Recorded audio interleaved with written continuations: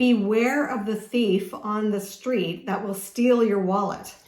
But have you ever thought that you need to be wary of the thief in your mind that is stealing your joy?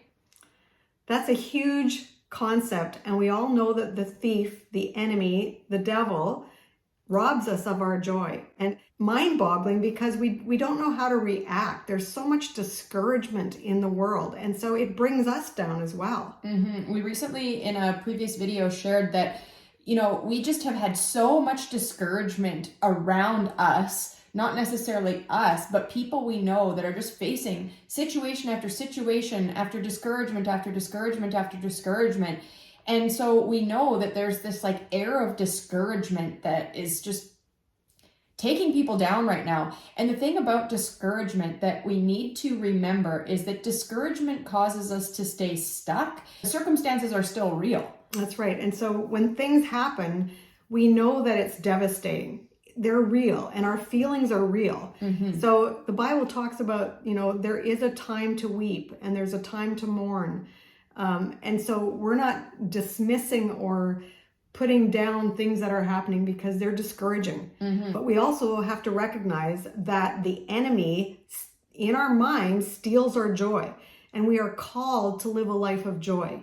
Even amidst struggles, even amidst devastating circumstances, we still have to find the joy in our heart because we know that the Lord is still with us. And don't you think that the enemy wants to keep you stuck? Because when we're stuck, when we're in that discouragement mode, we're not acting. We're not living out the purpose that God has for us because we're just stuck. Like we just don't have any desire or motivation to do anything.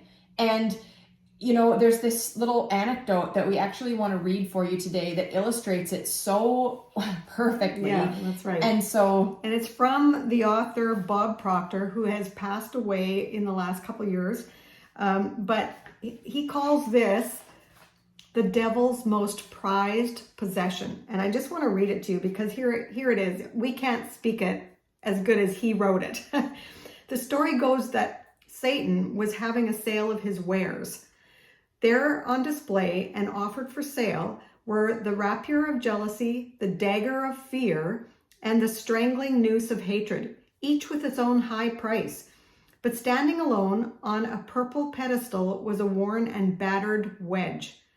This was the devil's most prized possession, for with it alone he could stay in business. It was not for sale. It was the wedge of discouragement. Why do you suppose the devil valued so highly and actually would not sell the worn and battered wedge of discouragement? Makes you think, doesn't it?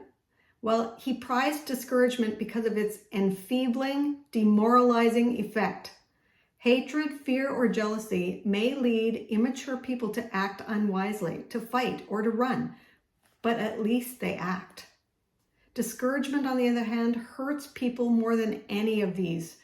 It causes them to sit down, to pity themselves, and to do nothing.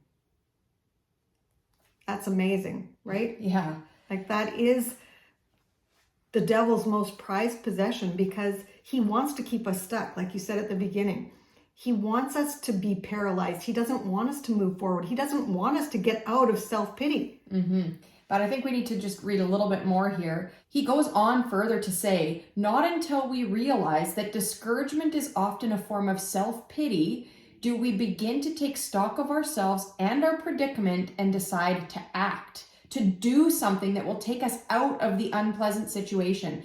The answer to discouragement then is intelligent action. Get rid of discouragement before it gets rid of you. The devil might not survive without this priceless wedge, but you can. And then it says there are risks and costs to action, but they are far less than the long-range risks of comfortable inaction.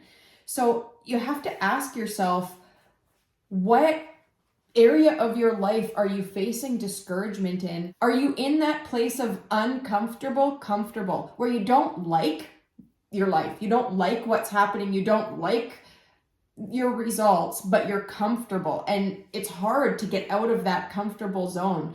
And so we've got to learn how to take, like he says, intelligent action. That's right. And it's really hard to actually take inventory of your own life.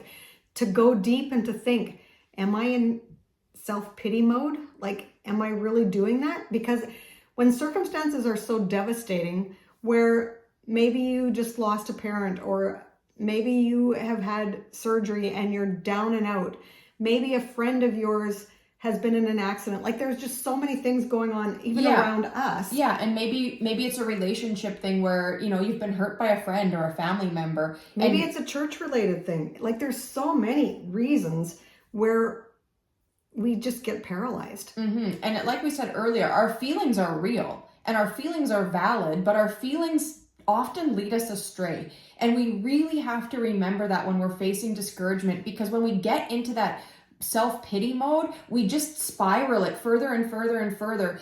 And it's like a downward spiral where it gets worse and worse and worse and worse in our heads, even though the situation hasn't gotten any worse. But in our heads, it's gotten so much bigger, so much worse. It's, oh, poor me.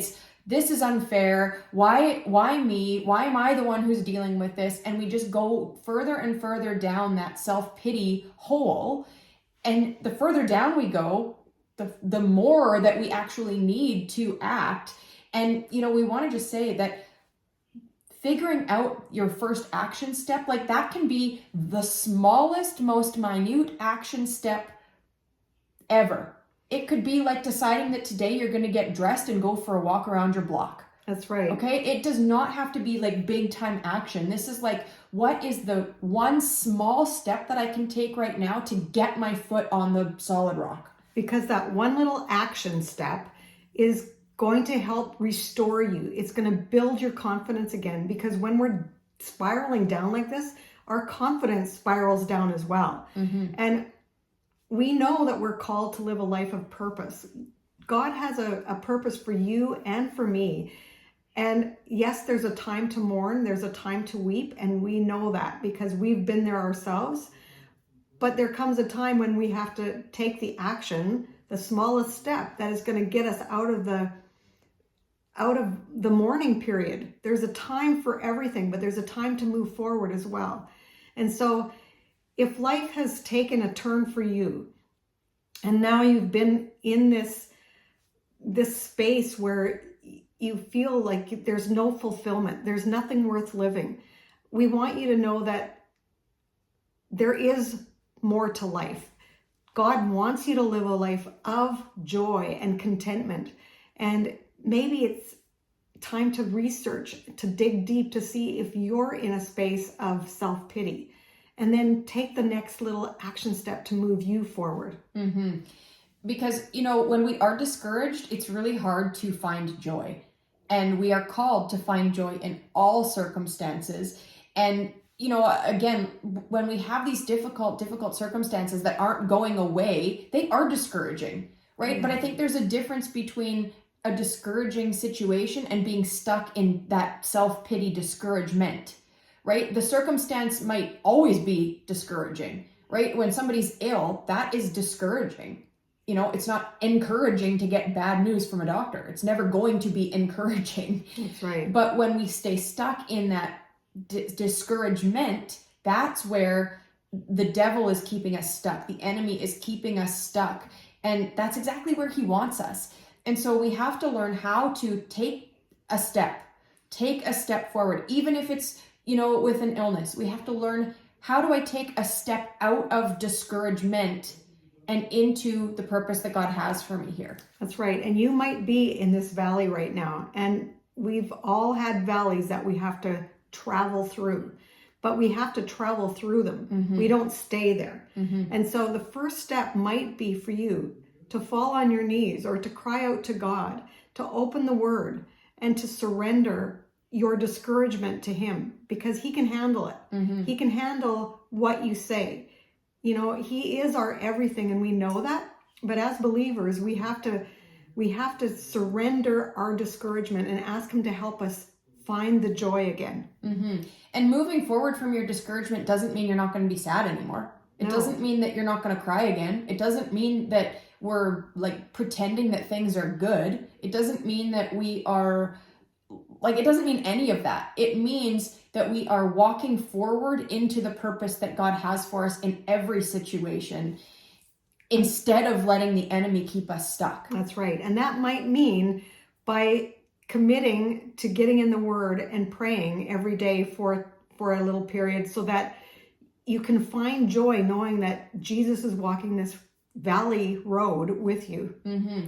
And your first step to like moving forward from discouragement might be releasing some emotion. In fact, we did a video a little while ago, and I'll link it below, where we talk about ways to actually release our emotions, because many of us are just turning to food rather than feeling our feelings. And there's so many ways that we can physically release emotions, like laughing, like exercise, like crying. There's so many ways that we can actually release the emotion, and that can be a way to help us move forward from that discouragement too, because often when we're just in that self-pity mode, we're just stuck with all this feeling, and it's all, oh, poor me. And how we have to release that. That's right. And another way, this one just popped into my mind, is that you might want to just worship. Mm-hmm. You know, take a little time, even if it's 5 minutes, to worship God through your tears in your journey, because he does understand. Of anyone, Jesus understands our journey more than anyone ever will. Mm-hmm. And so I think that if you're feeling discouraged, we want to be a little source of encouragement to you right now. We want you to find the strength, because we know that we can do all things through Christ who strengthens us. Find that little strength that's going to get you to take that one action step forward. And what we don't want, we all know, is we don't want the devil to keep us stuck in the discouragement, because that wedge of discouragement is going to just keep us spiraling down, and we're going to get sick ourselves. Mm-hmm. And, you know, another really, really great way to move yourself forward is to bless someone else. Yeah. Like, if you are feeling down and discouraged, no matter what your circumstance is, if you go out and do something for someone else, an act of kindness, whether it's smiling at somebody in the grocery store, whether it's buying somebody's coffee in the drive-thru lineup behind you, whether it's... That's what I want to say right now is, when you're so discouraged you can't smile at someone, do that act of kindness and buy somebody a coffee, or buy somebody a lunch. Do something, even if it's anonymous, and it will lift your spirits. Mm-hmm. And, you know, if you don't have the financial resources to do it, find some other way to bless somebody. Phone a friend.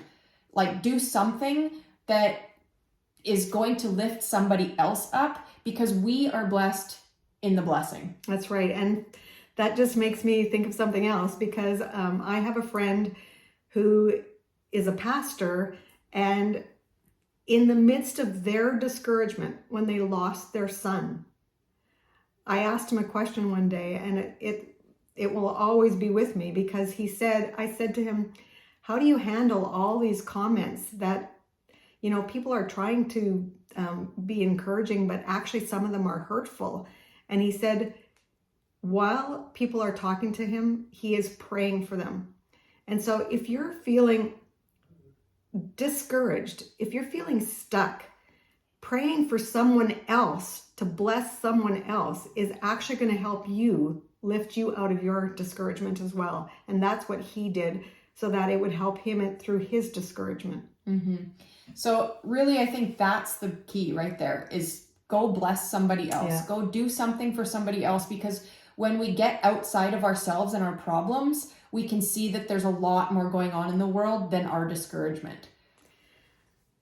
We know that in this world, there is so much discouragement. There's no way around it. And, you know, every time you log onto social media, it's more problems, or it's people fighting, or it's nasty comments. Like, there's just discouragement everywhere. And we have to be careful about what we are choosing to put into our minds. And so, you know, we need to have some good positive stuff going in, and that will also help with the discouragement. Like, if you just go to work and you're discouraged all day at work, and then you go home and you turn on the news and the news is discouraging, and then, you know, you're fighting with your spouse or your children, it's just, everything's discouraging. Well, it's no wonder we're discouraged. So, and then we keep nitpicking, and we become irritable, and it seems like everything is always in turmoil. So we have to start choosing intentionally to put some good positive stuff into our minds as well. And so we'd love to invite you to check out our Revive workshop. It's a positive workshop where you're going to learn about how to get healthy in your mind, body, and soul so that you can go out and live the purpose that God has for you. And I just recently read this quote, and I love this quote. And here's what it says: "An intention a day keeps negativity at bay." And so if you need some positive input, I encourage you to be intentional. Go look at the link. Register for our Revive workshop. It's totally free, and it will put some great input, some good stuff into your mind that will help you maybe take that one step forward to getting out of your discouragement. We also, if you're still here watching, just would love to ask you to subscribe to this YouTube channel. This is another great place to come for some encouragement. Well, we hope that's our goal, is that when you watch these videos that you would leave feeling encouraged, feeling blessed, and learning something too. And so that subscribe really helps us to move this channel forward, to get the message in front of more people, because we need to stop living defeated as women of faith, because we are more than conquerors. That's right. So don't forget, you are more than a conqueror. And together, as believers, we can defeat the enemy. He can't keep us stuck when we take that action step forward. And we always like to end these videos, no matter what we're talking about, because it's applicable to our mind, body, and soul, by saying this: until next time, treat your body like a temple, not a trash can.